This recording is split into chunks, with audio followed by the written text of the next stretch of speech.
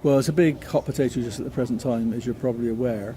Let me just start by saying what I think is the easiest thing to deal with, and I believe it has been dealt with. It shouldn't have become an issue, and it did, but it has been dealt with, and that is funding for 16 to 18-year-olds under the auspices of obviously DCSF, Ed Balls and his team. That we are getting silly stories over the last couple of months where providers were being told there was no money to start 16 to 18-year apprentices. Not very many of them, in fairness, but it was happening, is happening. And more pertinently, providers who are offering entry to employment, E2E places, often for the most vulnerable youngsters, aged 16 to 18, at real risk at becoming part of the NEET group, which nobody wants at all. We've got stories now where the LS say, sorry, we can't fund you to take on these young people, vulnerable young people, onto top class schemes. Now we've challenged that, and thankfully the budget was very helpful. The Chancellor's come up with some serious money, and it now looks as if the entitlement to appropriate training that all 16 to 18 years have under current legislation, let alone change legislation, will actually be adhered to. So the first thing on funding hasn't quite trickled through to the front line yet, still a bit of worry around, but it does look as if 16 to 18 entitlements for young people will be honoured. So in some respects a current issue, but I think we're going through it and we've resolved it. I hope we don't go backwards. The bigger problem is in the 19 plus area, specifically Train to Gain, where Train to Gain during the last 6 months has gone off like a rocket, if I may say so, as providers said it would if it was properly designed. We told them what the design criteria was in a paper 2 years ago. They implemented it before Christmas, and guess what happens? It went off like a rocket. We were being encouraged under fear of an underspend by the LSC at that stage. Embarrassing, they just given some money back to HE, didn't want to do that. Ministers don't like giving money back, even within their own department. You know, they don't like doing things like this. The Treasury is watching like a hawk because they'll get their hands on it, given half a chance. Here we are, a fear of underspend from an initially slow programme. It was revamped along the lines that we suggested would make it successful. It was made successful. We were told, go out there, get as much in as you can, because finances look good. We got as much as we could, and suddenly there were to death they're running out of money. Now that's a real issue, and we're trying to resolve ourselves through that. But the big problem is that the government, through its agent, the LSC, in trying to get a handle on the state of the problem, have put the shutters up. And they've just basically said, stop everything. Now, they don't think they said that, but that is what they're saying. My members are saying they're told, no more recruits, stop it. Well, you're going out there on the back of hard-fought wins with employers, having sold a package on television, backs of buses, radios, still all over the place, persuaded employers that training is good for them, especially some of the lower level training, to get their recruits going. It's going like a bomb. You can't just come up and say, hang on, we stopped today. But don't worry, let it cool down for 3 or 4 months, which is what we're being told, and start again in August. Because my people are saying, well, how do I keep my workforce paid for with no income for the next 3 or 4 months? Sorry, I'm issuing redundancy notices, and I'm not a hard man. They don't want to do it, but how do they do that? Employers are saying, you spent 6 months persuading me this is a good idea, I finally signed up, now you're telling me we can't have it.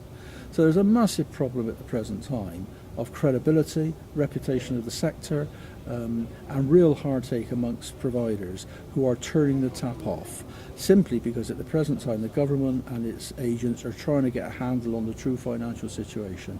What we have said is, look, for goodness sake, give us a total 15, 16 month budget, go right the way through, the bit this left year, give us an absolute contract cap. We understand contract caps. We will not go above it. We're not daft. We go above it at our own risk. Give us a contract cap and let us then manage that programme over 15 months. And what we will manage is, having reached a peak, a slow, manageable peaking and slow decline. That's what my members are telling me. At the present time, they've come to a cliff edge. They've been pushed over it. They're falling vertical. Everything stops. And then in a few months' time, as it's all settles down again, what's going to happen is the government, the LSE, are going to come in and say, well, you can get going again now. Oh, by the way, there might be an underspend, because we didn't realise you stopped so dramatically 3 or 4 months ago. And now we laugh and we joke. We've got a laughing joke, but it's not a laughing matter. I mean, we've got past the pain thing. When do we start laughing? When there's a genuine bit of comedy, or when it's, what else can you do? We're in that stage now. We have got to quickly get a handle on the totality of funds, which the DIAS say is growth funds, I got really chastised this week at a ministerial meeting for suggesting that the squeeze may be only as little as 5 or 6%. And the DS people said, no, it's growth, the money's still there. At the same time as the LSC are telling my members to expect cuts of up to 75% starting on the 1st of August. So I've got the LSC predicting cuts of between 25 and 75%. I've got DS slapping my wrist when I suggest that we may be able to handle a 5 or 6% squeeze, because we could handle that. It's difficult. Meanwhile, while they're sorting it all out, stop, don't do anything, fall over the cliff, and expect us just to light blue touch paper again in a few months' time. Not the real world. Sorry, that's rather a grim picture. That is the story I'm getting from frontline ALP members today at this conference. We have put that picture into the system, and we're just hoping it will be listened to and activated very, very quickly indeed. And what was DS's response when you was explaining what ALP members are experiencing at the moment? What was DS's response to that? Well, quite frankly, their response is they can't really. They know that the 15% increase starting on the 1st of August for Train to Gain has been confirmed in the budget. So there's a 15% increase over last year. Okay, and also these people only last 6 months. So in actual fact, people will be falling off the programme quickly when we start up. And I have to say, that's our view.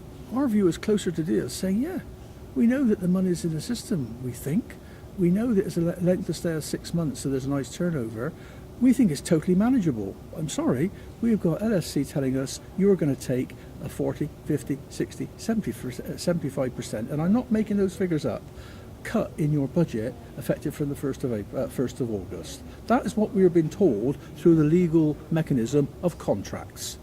So which do you want to believe? ALP are saying, I think it's all right, because Diaz thinks it's all right, and the figure says it's all right, give or take, a bit tight. And the funding agent, the contracting agent, saying your indicative contract for next year is going to be halved. Our members want to believe this, they want to believe ALP, they will act on the hard letter that says get ready for a 50% cut, and redundancy notices are being issued. Let's hope that DS and LSE can start talking very soon. The right answers could only have come yesterday. We're past that. We're now looking for something which makes some kind of sense. But damage has already been done.